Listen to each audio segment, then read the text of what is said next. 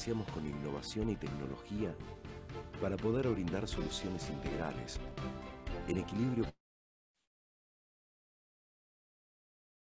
Hola, buenas tardes. Bienvenidos a todos. Mi nombre es Claudia Mamani Moreno. Soy coordinadora técnica en la Regional Cuyo. Les doy la bienvenida a la jornada de hoy. Muchas gracias a todos aquellos que se conectaron desde temprano. Y bueno, para todos aquellos que no conocen Stoller, les quería comentar que Stoller Argentina pertenece a Stoller Group. Stoller Group es una compañía americana que se dedica a la nutrición vegetal, que fue fundada en 1970 por Jerry Stoller en Houston, Texas, en Estados Unidos. Stoller desde sus comienzos se dedica a brindar conocimientos, productos y servicios bajo el objetivo de aumentar la producción de sus cultivos. Para los que quieran conocer un poquito más de nuestra historia, pueden ingresar a la página web www.stoller.com.ar. Bueno, a continuación, con la idea de un poco conocerlos un poco mejor y entender la vinculación que tienen los participantes con la temática de la charla del día de hoy, hemos tenido la idea de realizar 3 preguntitas que les van a aparecer en la pantalla. Ustedes con el dispositivo electrónico con el que se estén conectando pueden elegir las respuestas que les parezca conveniente y las vamos a compartir todos como para tener un pantallazo general de las personas que están presentes. Ahí las estoy viendo. Bueno, vamos entonces todos respondiendo. La primera pregunta dice, ¿cuál es el destino de su producción? Uva de vinificar, uva de mesa, uva para pasa. La segunda pregunta dice si usted cree que alcanzó el potencial máximo de su cultivo. Puede ser sí o puede ser no. Y la tercera pregunta dice, utiliza herramientas tecnológicas para el seguimiento de su cultivo que le ayuden a tomar decisiones. Ahí en eso incluimos principalmente algún tipo de uso de imágenes para diagnóstico, pueden ser análisis foliares, análisis de suelo, o sea, también si le gusta incorporar tecnología que puede tener que ver también con productos que le estén ofreciendo un diferencial. Es un poco más, ahí es abierta esa pregunta. Bueno, ahí veo que están votando. Vamos a dar un tiempito más para que todos puedan realizar su votación.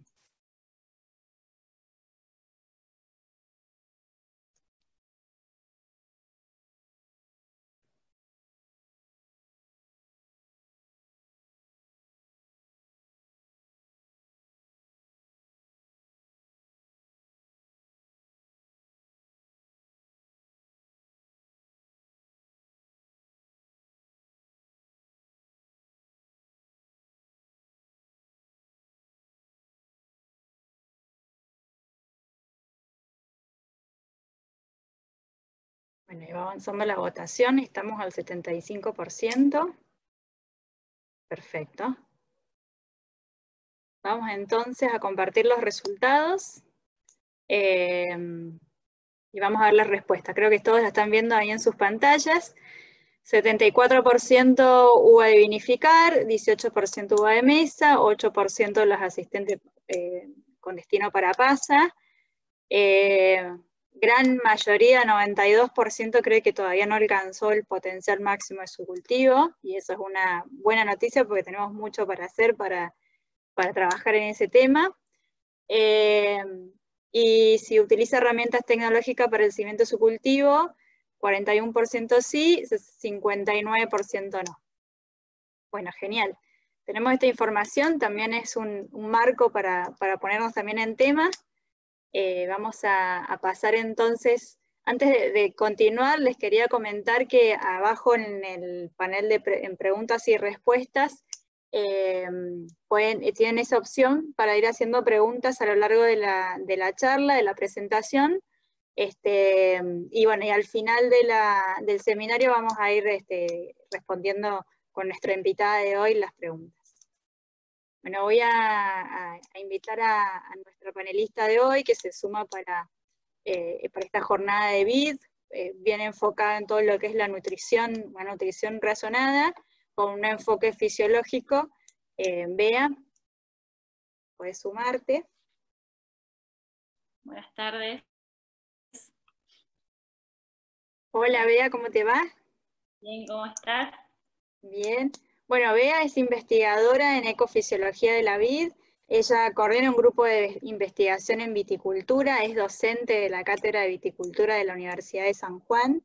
También participa en la maestría de viticultura y enología, especialmente con el tema de uva de mesa en la Universidad de Cuyo. Y bueno, y tiene mucho contacto internacional, así que es un placer que nos acompañe el día de hoy. Muchas gracias, Bea, por acompañarme y por sumarte a esta iniciativa. Muchas gracias a vos, Claudia. Ahí ya se está viendo tu presentación, así que cuando quieras puedes poner el modo presentación y arranca. Ahí está, perfecto. Bueno, buenas tardes a todos. ¿Cómo están? Yo soy, como ya me presentó Claudia, Bea Pugliese, y la idea de acompañarlos hoy es que somos primero conscientes de cómo está el sector, sabemos que la rentabilidad está al límite, costos de producción que nunca bajaron, precios al contrario que suben, precios de la uva que están totalmente estancados, pero consideramos que hay una salida a esto, hay una viticultura sustentable a la que tenemos que apuntar. Y bueno, hoy me invitaron un poquito a empezar a hablar de esta viticultura sustentable que ojalá sea rentable en corto plazo. Hoy el tema que me voy a abocar es un poquito a fisiología y vamos a charlar algunos temas nutricionales. Considero desde mi punto de vista que si yo entiendo la planta y la fisiología de la planta, puedo tomar decisiones correctas, manejos correctos y ahorrar mucho si tomo buenas decisiones. Ahí muchos escribieron que no alcanzaron su potencialidad. Bueno, ojalá hoy yo los ayude para salir un poco adelante. Bien, ¿de qué depende la producción? Pregunta grande. Bueno, primero de la fotosíntesis, que vamos a hablar un poquito, que es la que maneja todo. La fotosíntesis es la encargada de hacer los fotoasimilados como base para hacer todos los compuestos, ya sean antocianos, azúcares, etcétera. Esta fotosíntesis del cultivo depende fundamentalmente del sol, del agua, entre otros, y esta actividad fotosintética va muy de la mano de la característica varietal y de la dependencia del ambiente. Lo que es características varietales, por supuesto, no son los mismos variedades vigorosas o variedades destinadas a pasa, como es el tema, por ejemplo, la Thompson, o la sultanina, la 351, la Patricia, o variedades como la Flame, y pasamos a variedades con menos expresión, como una Reglo, por ejemplo. Y también influye si estas variedades están injertadas en portainjertos. Hay portainjertos que vigorizan, que nos dan más potencialidad al cultivo, pero también los tengo que manejar. Y su distribución de esos azúcares o asimilados también es distinta. Y por supuesto, esto va a depender de mi luz, por supuesto, esa actividad del agua como base, de la nutrición, entre otros, que vamos a ver hoy. Bueno, esto un poquito lo charlé. ¿Por qué les hablo de la fotosíntesis? Porque sin ella no podemos hacer nada. Miren este gráfico, simplemente para que tengan una noción. Miren acá, a partir de los 30 grados, este es fotosíntesis. Miren arriba, con una buena nutrición, bastante nitrógeno, una planta débil, la fotosíntesis mucho más baja. Y ya cuando me paso los 30 grados, la planta empieza a cerrar sus estomas, o sea, se estresa, y empieza a gastar esos azúcares en respirar. Por eso cuando yo tomo decisiones de manejo, si hace mucho calor, la planta no va a responder. Miren lo que pasa con la fotosíntesis y la respiración, pasa lo mismo, y el potencial agua. Las barras de abajo indican el estrés que está sufriendo la planta, y arriba la actividad fotosintética. También una planta estresada no funciona. Miren lo que pasa acá con un estrés hídrico. ¿Sí? Este año venimos muy complicados de agua, por eso se los muestro. Cuando yo estoy bien de agua, que hablamos como un límite de 0,6, si lo puedo medir con una bomba, Yolande o algún aparato de medición, hasta los 0,6 mis células se agrandan, crecen, sintetizo todas las hormonas que las deben conocer, las auxina, la citoquinina, todas esas hormonas encargadas de crecer, y la fotosíntesis anda perfecta, o sea que está en plena acción, sintetizando azúcares, pero si me paso, miren lo que pasa. Estas hormonas, toda esa actividad se empieza a detener, y la planta empieza a cerrar estoma, que es su primera acción, y empieza a formar sustancias de estrés, como es el abscísico, una hormona que se usa, un regulador para tomar color, ya lo vamos a charlar, y empiezan a acumularse las prolinas, que son aminoácidos que se empiezan a acumular como reserva, esa es la señal que tiene la planta. Bueno, esto es un poquito lo mismo, miren, este es el crecimiento, como crece, crece, hasta que la planta, si está estresada por falta de agua, se detiene. Miren lo importante que es el agua, sin ella no puedo seguir a hacer nada. Y es decir que esta fotosíntesis tengo que tenerla en su nivel óptimo para poder, como repito, tomar decisiones. ¿Y qué es lo que es la fenología y por qué la menciono? La fenología, como acá les menciona, es el estudio de los eventos o fases de crecimiento de las plantas que ocurren periódicamente y sus relaciones con diversos factores climáticos. Es decir que la fenología es el momento que pasan mis eventos fenológicos, es decir, mi brotación, mi floración, mi cuaje, mi embero, y de la mano de factores climáticos. Estas consideraciones fenológicas son muy importantes porque primero me permiten elegir variedades. Por ejemplo, si yo quiero hacer viticultura en una zona fría, tengo que elegir una variedad que brote tarde, no me voy a jugar. Por ejemplo, una Superior Seedless que brota en agosto. O si me voy, por ejemplo, al Valle de Pedernal, o más que todo a Barrial, necesito variedades de ciclo corto, como algunas blancas, un Chavignon, por ejemplo, de ciclo corto.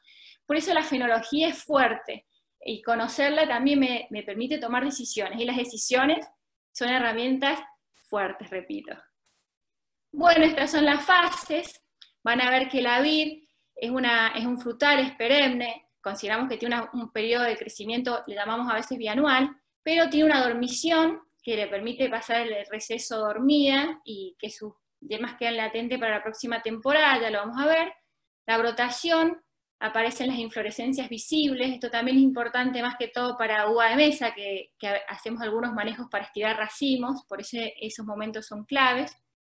La antesis o floración, el cuaje, en belembero, cuando empieza a pintar, la maduración de la fruta y la caída de las hojas. Bien, este gráfico es muy importante y entendernos nos va a dar mucha información para tomar buenas decisiones.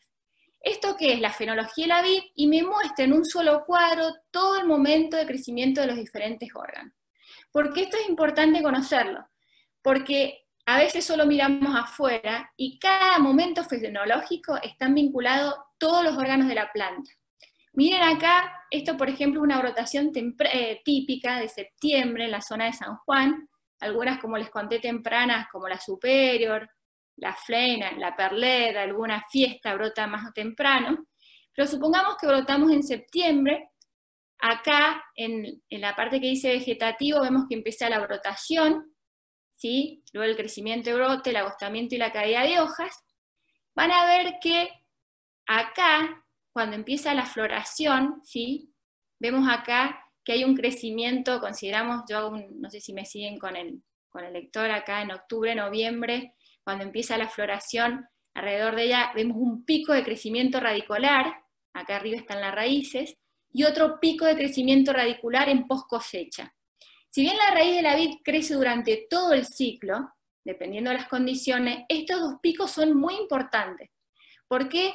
Porque ahí es cuando empezamos, si somos productores que fertilizamos 2 veces al año, esos son los momentos más gruesos para fertilizar, porque recuerden que la única que toma los nutrientes son las raíces nuevas, si hago una calicata, son las raíces blanquecinas. ¿Sí? Paralelamente, cuando estoy iniciando esta brotación y arranca ya mi floración, ustedes se acuerdan que en el brote de vid quedan yemas latentes para el próximo año, es decir, brota el brote con los racimos de este año, y en la axila de las hojas me quedan las yemas latentes para el próximo año. Alrededor de floración, esas yemas están decidiendo si traen fruto o no. O sea que si yo cometo un error en floración de este año, estoy comprometiendo mi floración para mi producción para el año que viene. Y por lo tanto tengo que tener buenas raíces en ese momento, porque tampoco les mencioné, las raíces son una de las que tienen más reservas en forma de arginina, este famoso nitrógeno encargado de formar proteínas. Por eso tengo que tener buenas raíces para arrancar la temporada. Por supuesto tengo reserva también en troncos y raíces, y en este momento, repito, de floración, estas yemas empiezan a inducir. La inducción, por supuesto, comienza en las yemas basales hacia las puntas, y si yo cometo un error, repito, puedo producir infertilidad de yemas. Por ejemplo, es muy común en este momento en brotación, en 15 centímetros de brote, algunos aplican para estimular el crecimiento. Cuidado, porque si aplico algunos compuestos con bases de giberelinas, que es una de las hormonas más populares, el ácido giberélico, el GA3, me puede producir aborto de ese racimo. Por eso si yo aplico, tengo que echar dosis muy pequeñas, por ejemplo, de 2 ppm hasta menos de 10. Miren lo interesante. Pero si aplico, por ejemplo, citokinina, en este momento en que estas yemas se empiezan a inducir, estimula el desarrollo de racimo. Por eso es tan importante. Otra cosa que pasa al principio es que las yemas que están largando la brotación, ¿sí? Que me voy un poquito para atrás, esas yemas están terminando, y acá lo dice la palabra, acá, cuando estas yemitas empiezan a brotar, la diferenciación floral. ¿Qué significa? Que esa yema está terminando de decidir cómo le estructura ese racimo, cuántas vallitas tengo, cómo va a ser. Por eso cualquier problema o cualquier mal manejo que cometo ahí, mi racimo puede ser poco desarrollado, ralo, como le decimos acá, con pocas yemas. Por eso, miren lo importante, el manejo inicial tengo que largar con buenas reservas, con agua, y lo importante es, si aplico un regulador, ¿cuál tiene que ser? Si sigo avanzando en este gráfico, estas son las famosas yemas latentes, las que quedan latentes para el año que viene, sufren un proceso de dormición, que les permite quedar dormidas hasta el otro año. Durante el verde, al inicio, estamos en esta famosa paradormición, que quiere decir que las yemas no me brotan, porque se llama inhibición correlacionada con los ápices. Hay una hormona que segregan los ápices, las yemas prontas, las hojas, que es una correlación que impide que estas yemas broten. Si yo saco la punta, las hojas, la feminela, puedo hacer brotar esta yema, pero lo que yo quiero es que no brote. Luego entro en una etapa de endodormición, ¿sí? Que en este momento la yema latente no puede brotar, ¿sí? Entra ya en la etapa, empieza en embero y termina ya, se caen las hojas, se produce una síntesis de ácido abscísico, que es la señal para que la planta se empiece a dormir, ¿sí? Y esta dormición solo se sale si completo las horas de frío. Hay variedades que completan en 500, en 1200, en San Juan no tenemos problemas, y en zonas tropicales, ya lo vamos a charlar, se usa el Dormes o la cianamida hidrogenada que reemplaza estas horas de frío.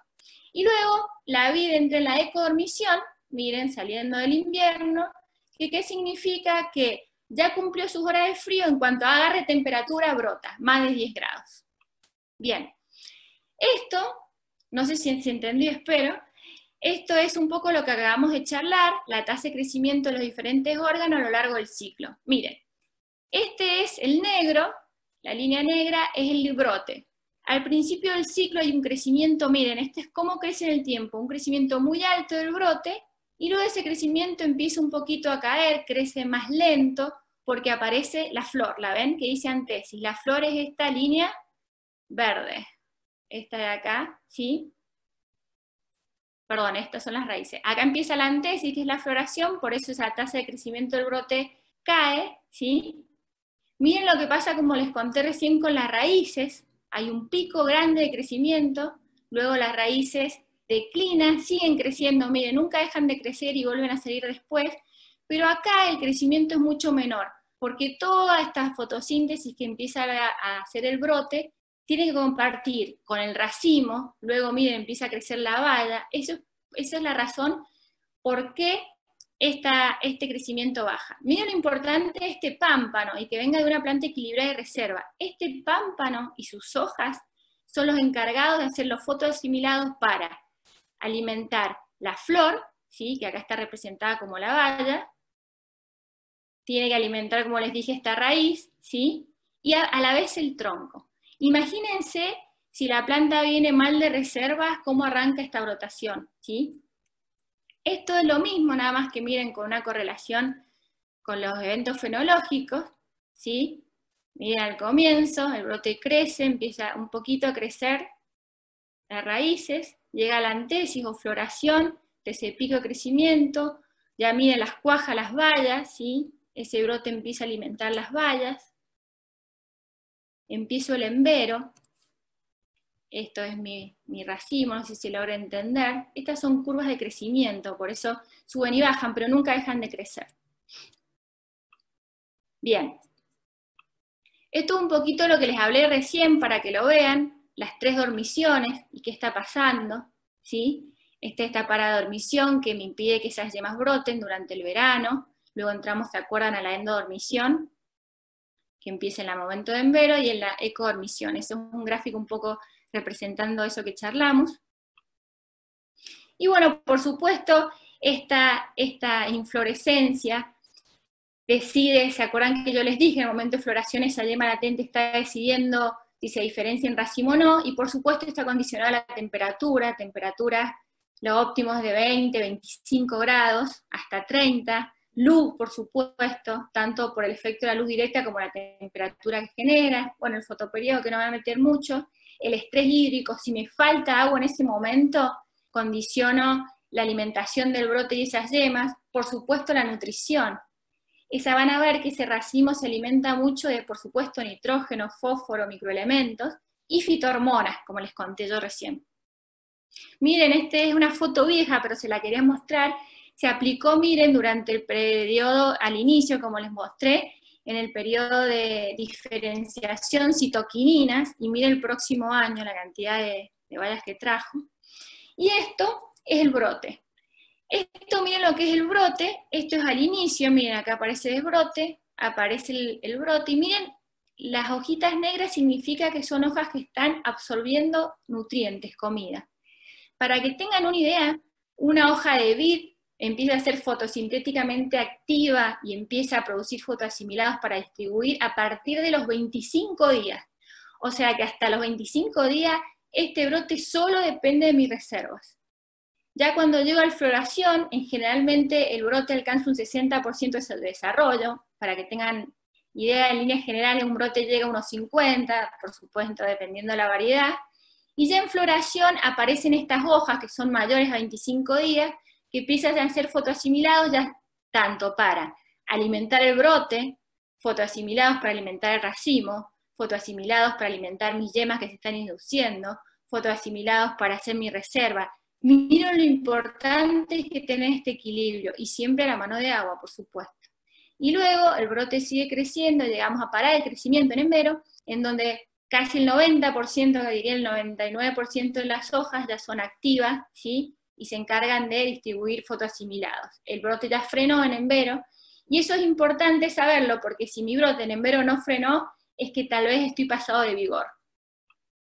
Miren, estos son como les mencioné recién, hojas exportadoras e importadoras, más de 25 días recién empieza a funcionar. Y otra cosa que les muestro, que la intención de este gráfico es mostrarles, es qué pasa con mis hojas, mi exposición de mis hojas. Las hojas que hacen fotosíntesis, las que están expuestas, captan el 100% de la luz, pero si yo tengo mucho vigor, la hoja de abajo a veces no llega ni a adquirir un 6%, por eso es tan importante no pasarme de vigor, porque las hojas que no reciben luz generalmente pasan a ser parásitas. Miren, este es un ejemplo, parral típico de San Juan. San Juan casi el 87% usa parral cuyano como sistema de conducción. Esta es la superficie foliar expuesta, ¿sí? Y por ejemplo, esto sería baja porosidad, o sea que me ingresa luz, y esto es lo que estoy buscando, una buena porosidad, un 40% para que todas mis hojas sean fotosintéticamente activas, porque ya les acabo de contar la cantidad de fotoasimilados que necesitan hacer para alimentar tantas partes de la planta. Estos en un espaldero pasa lo mismo, miren con bajo vigor, pero miren cuando tengo mucho vigor, ¿sí? La superficie foliar queda en el medio también, esas hojas me consumen, no me funcionan, por eso cuidado con los vigores, y principalmente con los excesos de nitrógeno, que es muy común. Bueno, esto ya lo vimos. Esto es un ejemplo de, acá lo que quería volver es un poquito a las raíces, ¿sí? Ese pico de crecimiento que se da en los dos lados. Y esto lo que cuenta este gráfico es, miren cómo van las reservas, principalmente del tronco, ¿sí? Y raíces, y de la mano, esta primera curva verde es la tasa de crecimiento del brote y la tasa de crecimiento del fruto. Y hablo un poquito de cuándo hacer mis aplicaciones gruesas de nitrógeno. Yo tengo que esperar para alimentar para poder, perdón. Porque es una recomendación, por supuesto, muy general. Estamos hablando de generalidades. Acuérdense que el brote empieza a asimilar a los 25 días, y esa tasa de crecimiento de raíces empieza al inicio, y apunta una nutrición adecuada para que ese brote no pare de crecer al inicio, porque necesita, como les conté, desarrollar fotoasimilados para sostener toda la planta. Y otra recomendación es luego del fruto, de la cosecha, porque esa nutrición va con el objetivo de armar mi post-cosecha y mis compuestos de reserva para pasar el invierno, que generalmente van a ver que el tema del nitrógeno se almacena como arginina, también la vida almacena almidón en su época de reposo. Bueno, perdón. Y después aparece otro momento que hemos hablado, ya aparece hablemos un poquito más del racimo, aparece mi floración. La floración es muy importante. Tengan una idea que aproximadamente del 100% de las flores solo cuaja un 30 o un 20%, muy poco, así que si cometo un error puedo llegar a ralear mi racimo.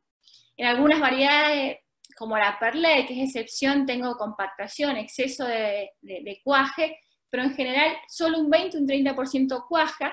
La temperatura media ideal para el comienzo de floración ronda los 20 grados, ¿sí? Y cuando se me da una vez que se produce la floración, se produce la polinización, es decir, ese grano de polen genera el tubo polínico y produce esa fecundación y futuro desarrollo del embrión, ¿sí? ¿Y por qué hablo acá de temperaturas? Porque depende de la temperatura, es la longitud que me dura la floración. Hay veces que la floración dura una semana, 10 días, hasta 3 semanas. Las temperaturas óptimas son de 20 hasta 27, como les puse acá. Por debajo de 15 y arriba de 30 se hace un poquito más lento. Y por supuesto que si en plena floración me agarro un sonda de 45 grados, es muy peligroso porque generalmente me deseca las estructuras florales y puedo hacer un raleo excesivo de flores. Miren, esto es un ejemplo de qué pasa en floración, dos nutrientes muy gruesos, el boro y el zinc. ¿Por qué se los pongo acá? Porque si me falta alguno de estos dos nutrientes, voy a tener bayas muy pequeñas, como les muestro en la foto. Miren qué pasa si me falta boro. El boro es muy importante porque favorece el desarrollo del tubo polínico, que ese grano de polen germine y me desarrolla el tubo polínico. Si a mí me falta boro, voy a ver este tipo de bayas redondeadas, formato de tomatito, llegan a madurar. Miren los brotes. El boro es muy importante porque participa en el metabolismo general de la planta, desarrolla las semillas, los frutos, las flores, y por eso es tan importante si me falta boro. Aparte, hasta inclusive transporta azúcares. Miren el zinc, otro micronutriente muy importante. El zinc también, si me falta, produce bayas pequeñas. El zinc está encargado de la producción del polen y de su completo desarrollo. Miren, cuando me falta zinc, lo puedo reconocer porque la baya queda chiquita pero no madura. Miren otros síntomas, los senos peciolares me los abre. El zinc también es muy importante porque, bueno, participa en la síntesis de las proteínas, los compuestos como los hidratos, unión con los hidratos de carbono. Y otra cosa muy importante del zinc es que participa en la síntesis de auxinas, una hormona básica, principalmente el AIA, el ácido indolacético, encargada de mi desarrollo general de los brotes, y una de las encargadas de generar el desarrollo de raíces. Bueno, y luego viene el cuaje, ¿sí? Que ya les mostré, una temperatura de 20 a 27 grados, y las lluvias dificultan la apertura de las flores, y a veces también me produce un cuaje de aborto. Bien, una vez que yo, ahí les muestro este gráfico, una vez que yo termino el cuaje, esta valla empieza a crecer. Esta valla, que es lo que estoy buscando, mi producción, a partir de floración decimos que tiene 3 etapas, ¿sí? Una curva doble sigmoidea, una fase 1, muy importante, no me puede faltar agua ni ningún nutriente. En este momento, en esta fase, principalmente la valla está en multiplicación y expansión. Acá vamos a ver la presencia de hormonas muy importantes como las auxinas y las citoquininas y la giberelina. Las auxinas y las citoquininas muy importantes en la división celular, y las giberelinas en esta expansión y también división celular. Esta fase 1, para que tengan una idea, dura aproximadamente entre 40 a 60 días. Hay un activo crecimiento, expansión celular, y acá se empiezan a acumular los ácidos, ¿sí? Todo lo que son el ácido málico, el tartárico. Luego aparece una fase 2. En esta fase es muy lenta, la planta se lentiza, ¿sí? Y se caracteriza porque mi semilla acá madura. O sea, ese embrión empieza a madurar y termina desarrollando mi semilla. Esta fase, en las variedades sin semillas, las más populares, las cultivadas a nivel comercial, como la Superior Seedless, la Flame Seedless, algunas de pasa como la Patricia, la 351, este ciclo es muy cortito, porque recuerdan que si bien son estenopermocárpicas, hay fecundación y se produce un embrión, este embrión aborta. Por eso esa fase es muy cortita, dura entre 7 a 40 días, y acá todo es muy lento, empieza a respirar menos, fotosintetiza menos, ¿sí? Y esta fase me condiciona mi precocidad, como les conté. Luego empieza la fase 3, y esta fase empieza a producirse el embero. Van a ver, la valla se empieza a poner más blandita, hay algunas hormonas, algunas enzimas como la celulasa, la poligalacturasa, que hace que las membranas, los ollejos se ablanden, y esta fase, estas células se empiezan a expandir, ¿sí? Este ablandamiento de valla es muy común, y en las vallas de colores se empieza a ver el cambio de coloración, hay un crecimiento grande y una expansión. Acá, como les digo, somos muy dependientes en cada fase del agua, ¿sí? Acá todo lo que es los ácidos se empiezan a bajar, principalmente el málico, que se usa para respirar, aumenta el pH, ¿sí? Y otra cosita que empieza a pasar acá, se empiezan a aumentar los compuestos nitrogenados, como las prolinas y las argininas. Bien, esto es un resumen de lo que acabamos de charlar. Miren acá esta primera fase, hay un pico de crecimiento de auxinas fibrilinas, y miren las citoquininas. Esto es muy importante porque en las variedades sin semillas, ¿sí? Esto se complica porque la semilla es uno de los órganos más importantes para sintetizar auxinas, fibrilinas y citoquininas. Pero eso van a ver que es una práctica habitual, aplicar bioestimulantes, a mí me gustan de origen naturales, por supuesto, para agrandar las vallas y obtener los tamaños comerciales. Esto que ven acá es como crece la valla, y a partir de embero, si bien la vid no es un fruto climatérico, hay una pequeña síntesis de etileno, pero la encargada principal es el ácido abscísico. Nosotros habitualmente usamos el etileno para mejorar el color en uva de mesa, también lo hemos probado en uvas de vinificar, pero bueno, el etileno, que es muy popular usarlo, la Unión Europea lo está prohibiendo porque, bueno, hay resultados que es cancerígeno, así que estamos muy, muy atentos a este tema, y hemos empezado a utilizar en su reemplazo los potasios.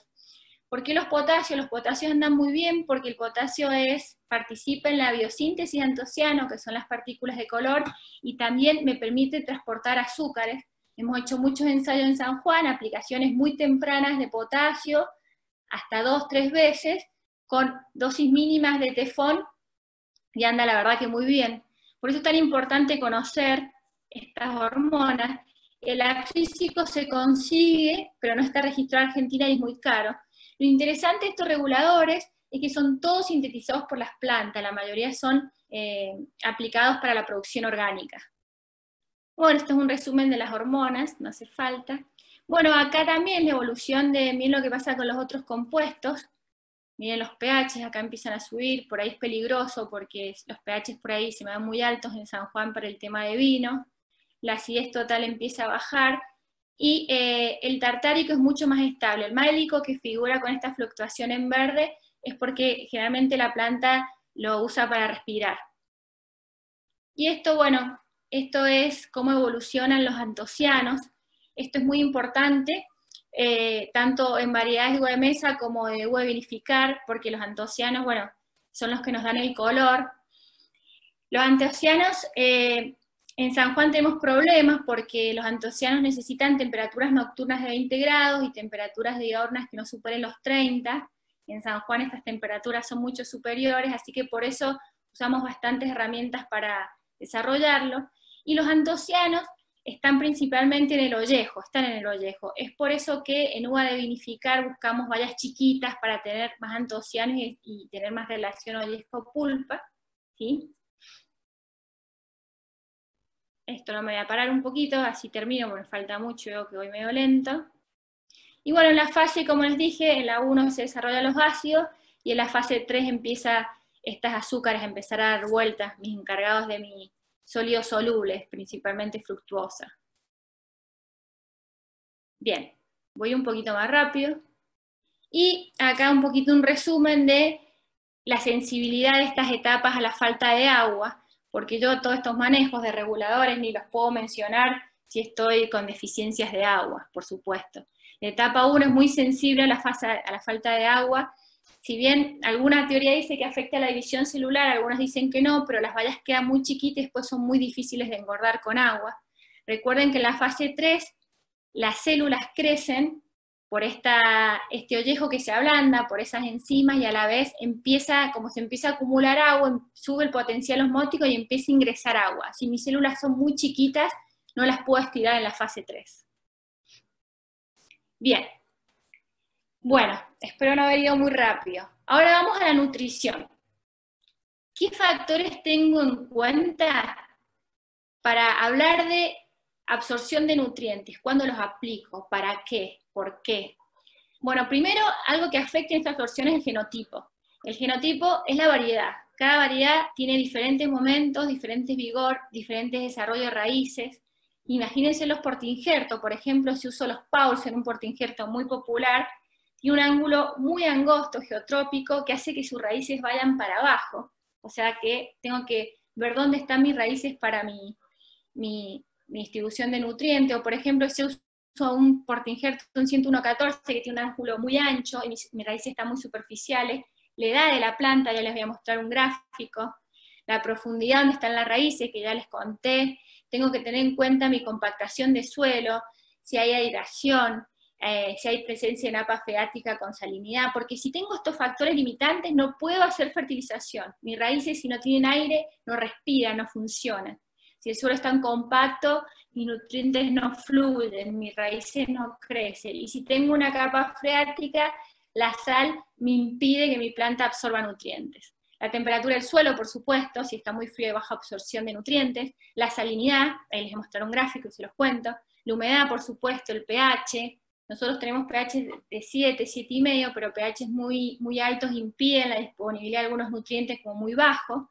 La cobertura vegetal, si mi cultivo está compitiendo o no con malezas. Y, por supuesto, materia orgánica. Nosotros tenemos muy poco materia orgánica, en algunos lugares esta materia orgánica me permite descomposición y liberar nutrientes al suelo, pero bueno, en San Juan tenemos muy poquito.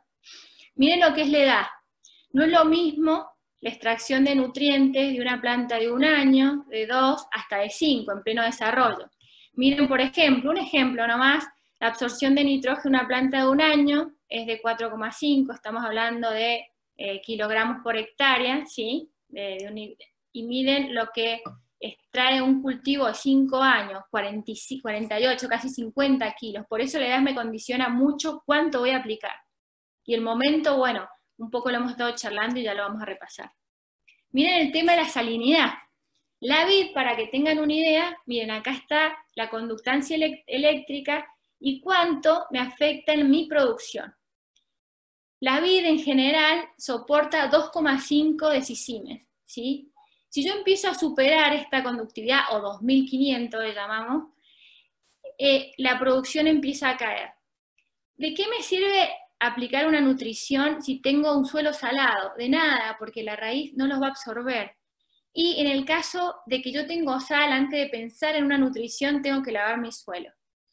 Van a ver que con esto de la reconversión vitícola, mucha gente está usando portoinjertos.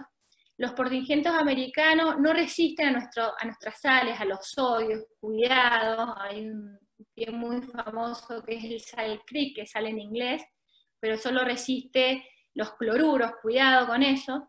Y nosotros en INTA hicimos un ensayo de quién se banca más salinidad, más de 2,5, y realmente los mejores pies fueron los criollos. Por ejemplo, Cereza, Torrontés, Pedro Jiménez, mantuvieron su producción alrededor de los 3.000 o 3,3, 3,5. Miren lo importante que es mi pie y lo importante que es mi nutrición la sal.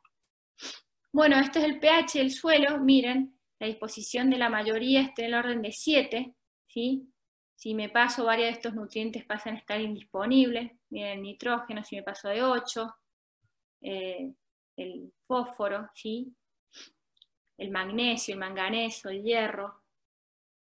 Otra cosa también, ¿qué pasa si tengo exceso de agua? Esto es una raíz asfixiada, ¿cómo la veo? Una raíz de más de 2 años, por supuesto. Le saco, miren, ¿sí? La película que la rodea, está marroncita, y si abajo tengo una coloración roja, es que esa raíz está asfixiada, o sea que tiene exceso de agua, mi suelo está muy compactado, esta raíz no me absorbe nada. Miren lo importante. Yo estoy dando un par de ejemplos, hay que tener muchas cosas más en cuenta. Miren este lote, fallas de nivel. Acá salinidad, ¿sí? Mal riego. No puedo hablar de fertilización en esta situación, no vale la pena. Bien, ¿qué otra cosa tengo en cuenta para fertilizar? Bueno, mi demanda del cultivo. Esto es muy importante cuando yo quiero calcular cuánto necesito aplicar. Esto es tentativo, esto es para uva de mesa y uva fina. Miren, esto es la extracción de nutrientes cada 1000 kilos de uva, o sea que si yo tengo mis datos de producción, puedo calcular cuánto le tengo que aplicar a mi planta, ¿sí? Esto es lo que se considera lo que extraen los sarmientos, las hojas y las raíces. Esta cuadra a mí me gusta porque es muy representativo de la realidad. Y acá me dice cuánto se lleva de nitrógeno, miren, en uva de mesa o de pasa, que demanda mucha más producción, 7 kilos, en uva de finas, miren, fósforo y potasio. O sea que si yo quiero empezar a hablar de fertilizar, tengo que tener en cuenta lo que acabamos de charlar, todos estos factores ajustados, y mi producción, para más o menos calcular cuánto demanda. Esto es razonado, no echar porque sí. La otra pregunta es, bueno, yo tengo cuánto se lleva mi planta con mis kilos, bueno, ¿cuánto hay? Es la otra pregunta. Bueno, puedo hacer análisis foliares para ver cuánto tiene la planta y análisis de suelo. Los de suelo son los más populares, son muy recomendables de hacer. Cuando yo hago un análisis de suelo, lo que yo pido es un NPK y siempre tratar de pedir que el de laboratorio me dé mis nutrientes disponibles, no los que están retenidos en el suelo, en las axillas. Y también en el suelo puedo hacer calicatas, o sea, pozos para ver dónde están mis raíces, para ver cómo lo voy a distribuir. En el caso del fósforo, que no es móvil, tengo que meterlo con pala, por eso es tan importante ver dónde están mis raíces. Tengo que ver ya cuando analizo el suelo, si tengo una freática cerca, si tengo alguna plaga como nematodes. Una raíz llena de nemato, ni pensemos que va a tener buena absorción de nutrientes. Y cuando hago este análisis de suelo, recomendado hacer todos los años, si no tengo plata cada tanto, pero hacerlo en invierno. Antes de que yo aplique el fertilizante, trato con la pala de sacar la parte de arriba, la costrita, porque a veces está salada. Y otro tipo de análisis, que es mucho más preciso, es hacer análisis de la planta, ¿sí? Por supuesto, la nutrición ya lo charlamos, cómo influye la edad, la variedad, el potencial productivo, y la planta la puedo hacer como visualmente, que ya les he mostrado una foto, en función de su fenología, observarla, cómo está, ya les voy a contar, y un análisis foliar, ¿sí? En lo que es suelo, esto es, para que tengan una idea, es una tabla de interpretación, que es la que necesito para saber cómo estoy. Es como en general yo le solicito al laboratorio que me lo den en ppm y disponible. Y acá no me voy a detener, les dice cómo está su nitrógeno, su fósforo y su potasio, si está alto, bueno, medio o pobre. Si yo tengo esta info, ¿sí?, más los kilos, puedo calcular un poco mi fertilización. Y lo que respecta al muestreo de hoja, ¿cuándo son los momentos para hacer mis análisis? Tengo dos momentos importantes, puedo hacerlos en floración o en comienzo de pinta. Estos son los momentos para hacerlos porque es cuando tengo la interpretación en mis tablas para poder interpretarlos. Y lo que se extrae, en el caso de floración, el peciolo, no sé si lo ven ahí, opuesto al racimo, unos 100 aproximadamente, tengo que sacarlos, meterlos en una bolsa, porque si se deshidratan, se concentran los nutrientes. O puede ser hoja completa, en el caso de pinta, unas 70, dependiendo la variedad. En superior las hojas son más grandes, un cabernet es mucho más pequeño. ¿Sí? Y acá están estas tablas de interpretación. Están buenas, por eso yo se las pongo, hay muchísimas tablas más, es más, hay tablas que me permiten interpretar hasta mi arginina, que tengo en raíces, en tronco, están, y esto sí es poder. Si yo sé cuánto tengo, puedo aplicar y no pasarme, ahorrar. Aplicar los ajustes necesarios más, y también en mi programa de fertilización aplico guano como parte de fertilizantes, también lo puedo analizar y ver cuánto tiene ese guano. Bueno, y otra forma también de ver visualmente cómo estoy es si tengo alguna deficiencia. Acá les he puesto algún ejemplo, miren, deficiencias de nitrógeno arriba, la coloración, miren, es un verde muy pálido. El nitrógeno es importante porque es componente de esta molécula de clorofila, que es encargada de la fotosíntesis. Van a ver que el crecimiento se ve los entrenudos cortitos, y en variedades blancas, miren, los entrenudos se ponen de una coloración rojiza.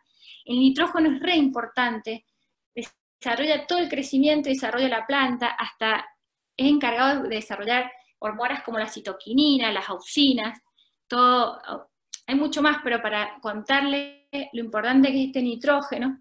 Miren el fósforo, la deficiencia lo veo como una coloración oscura, el color es verde oscuro, miren estas puntuaciones rojizas.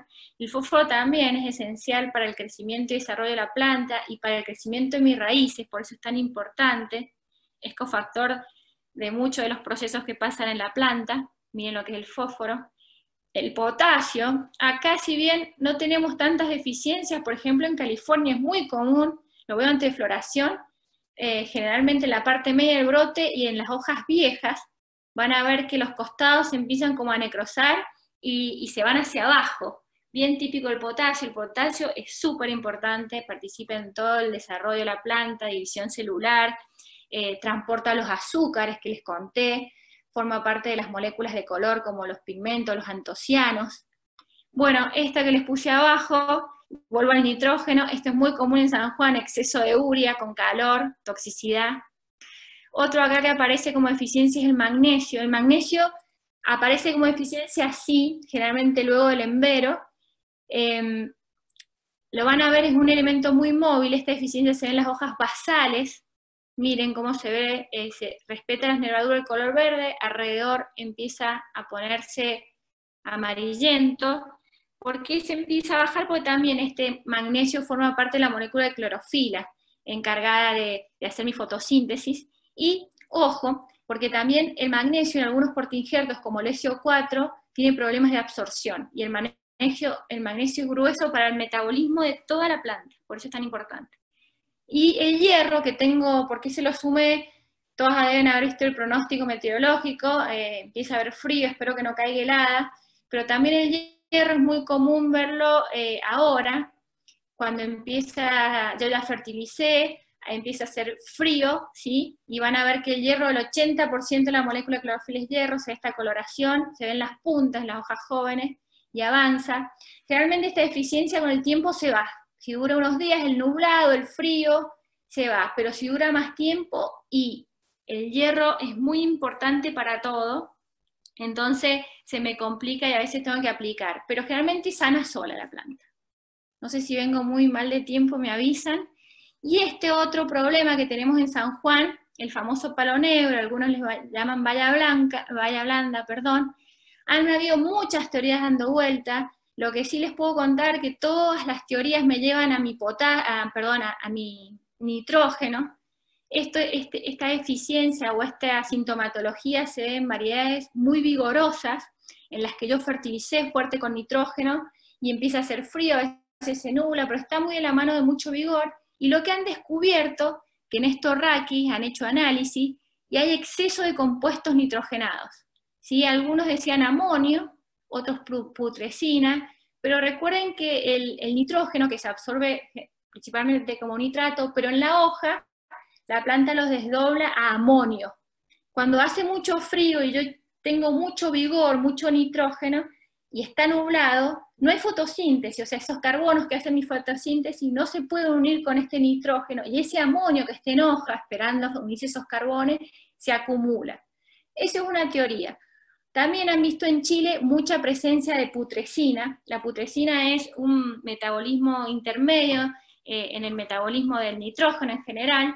Para que tengan una idea, la arginina, cuando se descarboxila, forma esta putrescina, y esta putrescina causa desequilibrios a nivel de las membranas y las termina necrosando. Eso, miren lo importante, si me paso de nitrógeno, de vigor, y encima tengo estas condiciones. Algunos echaban la culpa que era una deficiencia o un desbalance entre el potasio y el magnesio, el potasio, el calcio, o los tres, porque estos tres nutrientes compiten para entrar a la planta. Por eso es interesante pedir las relaciones, para ver cómo estoy de estos nutrientes. Esto, bueno, ya va para ir terminando, y no se mueran, esto es una guía tentativa para ver las necesidades. Miren, esto es visual, se las dejo, si no tengo para hacer análisis. Miren, acá me expresa el vigor, y me dice si mi vigor es pobre, medio, ideal, abundante, o mucho vigor, ¿sí? Y está bueno, porque por ejemplo me dice, si yo tengo un vigor ideal, estoy hablando de un brote de largo de 120, ¿sí? Una distancia entre nudos aproximada de 6 centímetros, un verde pálido, y yo toco el brote y tiene tamaño de un grosor de un lápiz, me está diciendo que está bien nutrido, que está bien regado. Ya si me voy para abajo, para arriba, estoy en exceso, falta de vigor. Y esto es un ejemplo nada más, de cómo hacer un plan de fertilización. Yo ya sé cuánto me necesita la planta, cuánto tengo si hice un análisis, y cómo lo distribuyo. Bueno, esto es tentativo, no hay una receta, pero bueno, para tener una idea, hacemos mucha fuerza al post cosecha. Esto es un ejemplo, miren, kilogramos por hectárea, pero cuánto aplico, un 40%, ¿sí? Por ejemplo, de nitrógeno. Después de brotación, cuando ya mis hojas son activas, un 25%, a veces después de cuaje, para engordar la valla, ¿sí? Pero cómo lo distribuyo depende también la plata que tengo. Si yo no tengo, lo tengo que aplicar a mano, bueno, tratemos de acompañar el crecimiento radicular al inicio, porque recuerden que salgo de las reservas para que ese brote siga con fuerza, que ya les conté todo lo que necesita hacer, y en el post cosecha para hacer reservas. Esto también es una idea tentativa de la Universidad de Cuyo, es viejito, pero es muy bueno. También, cómo distribuir mis nutrientes, o en realidad mis elementos, nitrógeno, fósforo y potasio, en las diferentes fases fenológicas. Pero bueno, tengan en cuenta lo que yo les acabo de contar, ¿sí? Y la distribución depende, si tengo riego por goteo. Pero esto es una idea, de un 100%, ¿cómo apunto? Recuerden, acompaño mis raíces y acompaño mi valla, veo cómo va creciendo.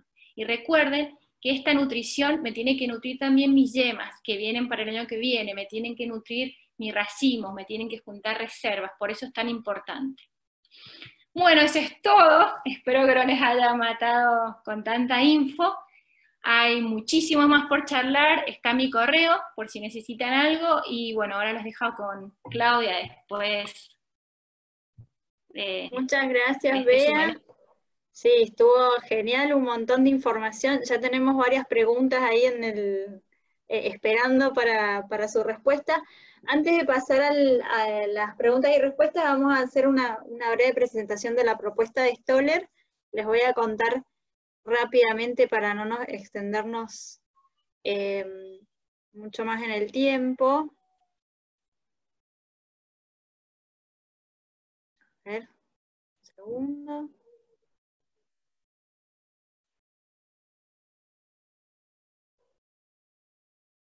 Ahí estoy. A ver, voy compartiendo la pantalla. Bien.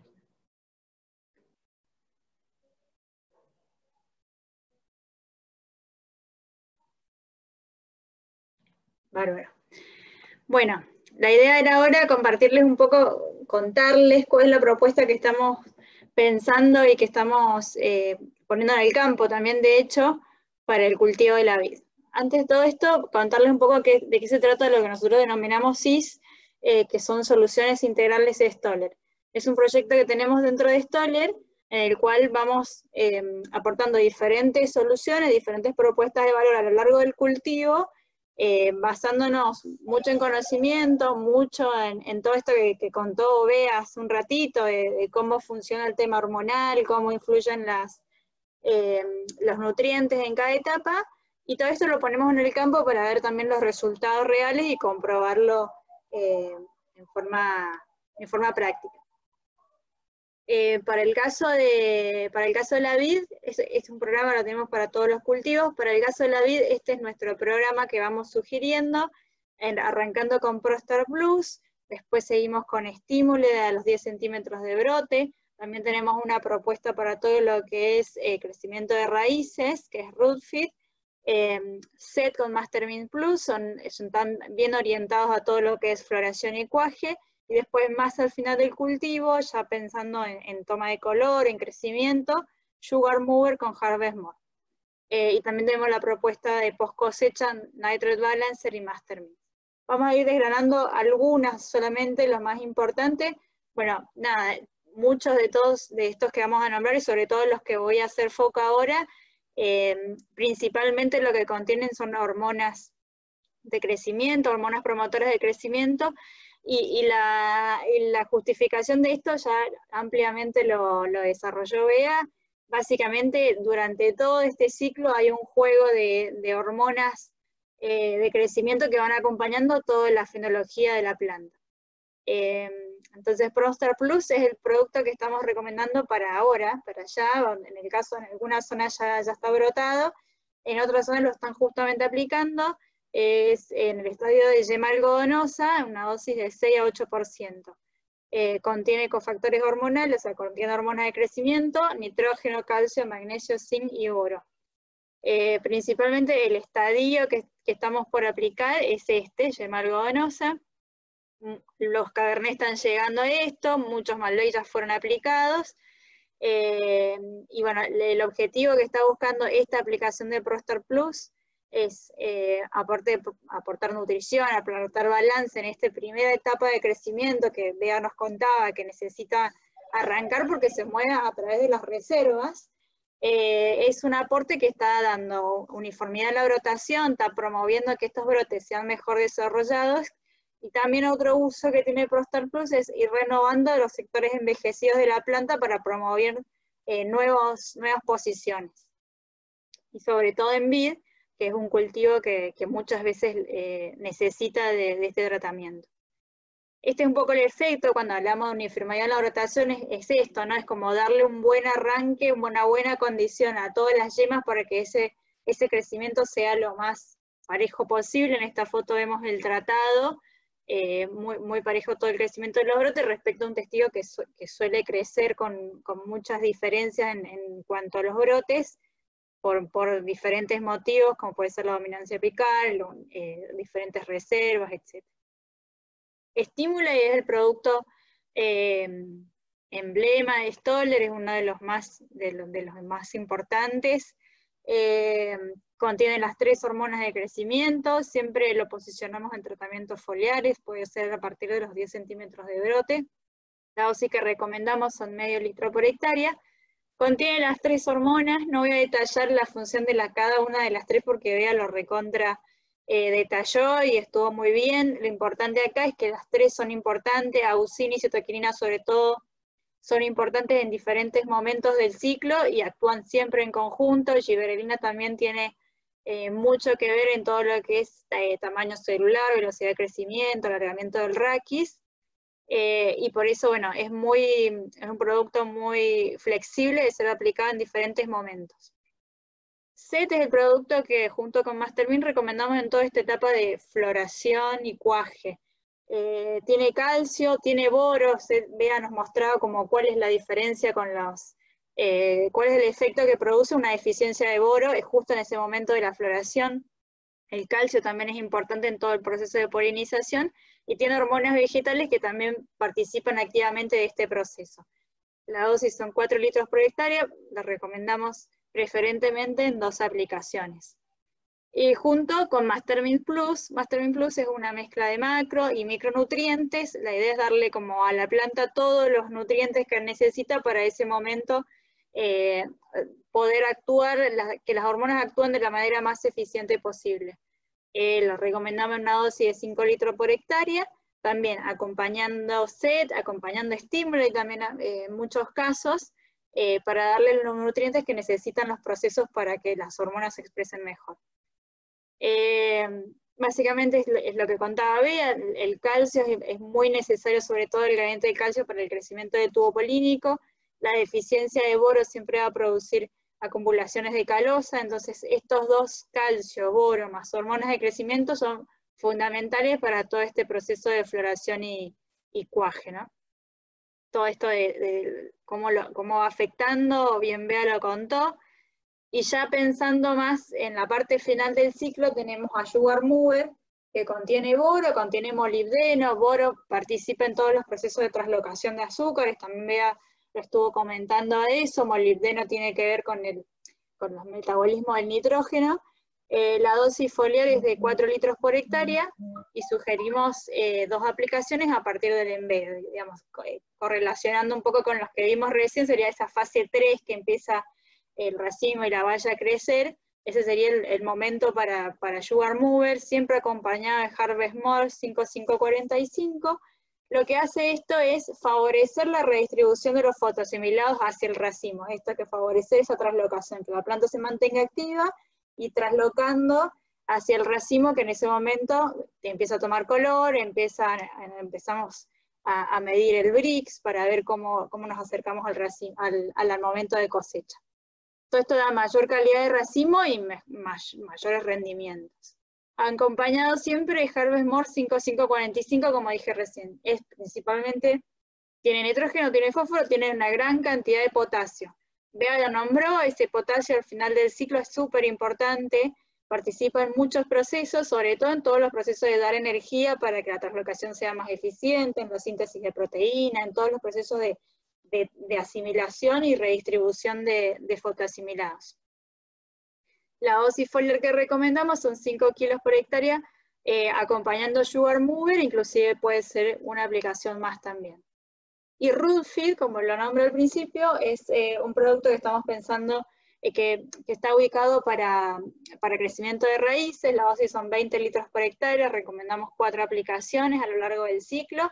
Favorece el desarrollo radicular, lo que va a hacer es estimular y renovar los pelos radiculares funcionales, que son los que nombraba Bea, esos blancos, esos claritos, que son los que absorben, los que se mantienen activos, y ni hablar, ese crecimiento de raíces va a favorecer la eficiencia en la absorción del agua y de todos los nutrientes que pongamos a partir de un diagnóstico nutricional. Algunos resultados, este plan que le acabo de contar, los pusimos en varios lugares. Acá hay un ensayo en Maipú, en Mendoza, en Agrelo, en Chilecito, La Rioja, diferentes variedades, Malbec, Bonarda, Torrontés. Y bueno, lo que vemos es que siempre se logra un aumento de rendimiento, ¿no? Un aumento del 21%, un aumento del 43%, del 36%, del 15%. Siempre es un impacto muy positivo de este tratamiento con respecto al testigo.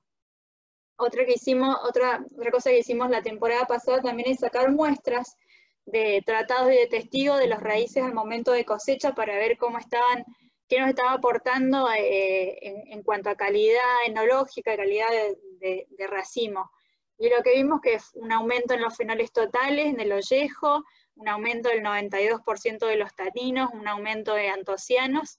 Esto es en el ollejo, esto es en semillas, el aumento del 19% de fenoles totales en semillas, y un aumento del 29% de taninos. O sea que no solamente está aumentando el rendimiento, sino también está aumentando la calidad con estas intervenciones a lo largo del ciclo. Bueno, una fotito como para concluir. O sea, hay un montón de información, lo estoy pasando súper rápido para no alargar el seminario e ir directo a las preguntas. Bueno, y esto sería. Para de compartir. Bea, te invito a que te sumes, que ya tenemos acá más preguntas todavía. Y vamos entonces a charlar un poco de qué es lo que nos están preguntando nuestra audiencia. Acá nos están preguntando, ¿en precosecha es importante realizar un análisis foliar o el dato de arginina, fósforo, potasio a través de análisis de raíces aporta información más valiosa?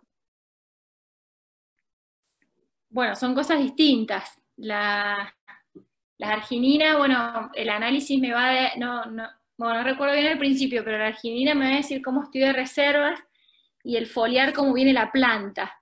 Lo que tiene el foliar es que los momentos para tomar decisiones, si la hago en floración, puedo tomar alguna decisión si me falta algo, de enveros para corregir después, pero si ya en floración vengo complicado, me falta borosín, ya estoy tarde.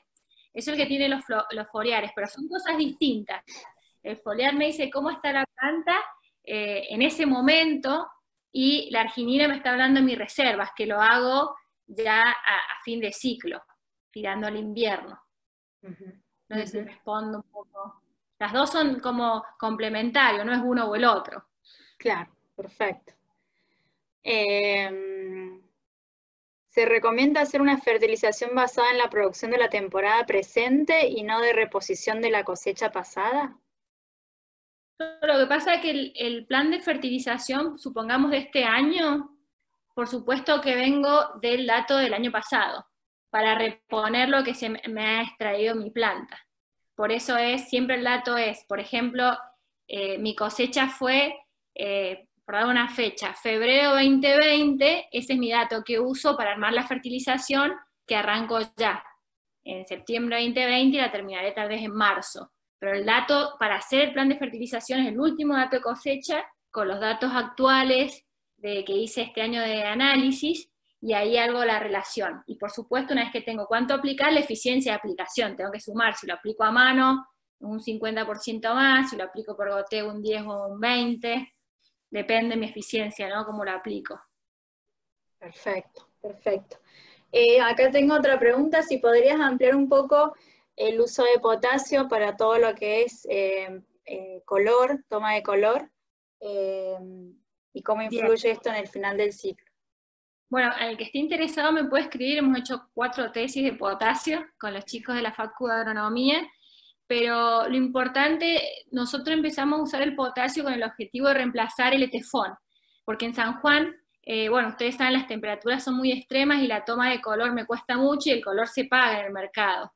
Entonces empezamos a hacer, lo que mejor nos funcionó es hacer 2 aplicaciones de potasio, una al principio de envero y otra a las 2 semanas, ¿sí? Depende del producto de la dosis, se los puedo pasar algunos trabajos, y lo mejor que anduvo lo mezclamos con un poquito de etefón, que queda sin residuo al final, usamos medio litro, que el productor llega a usar 1 litro, medio litro al inicio de envero con potasio, anda excelente.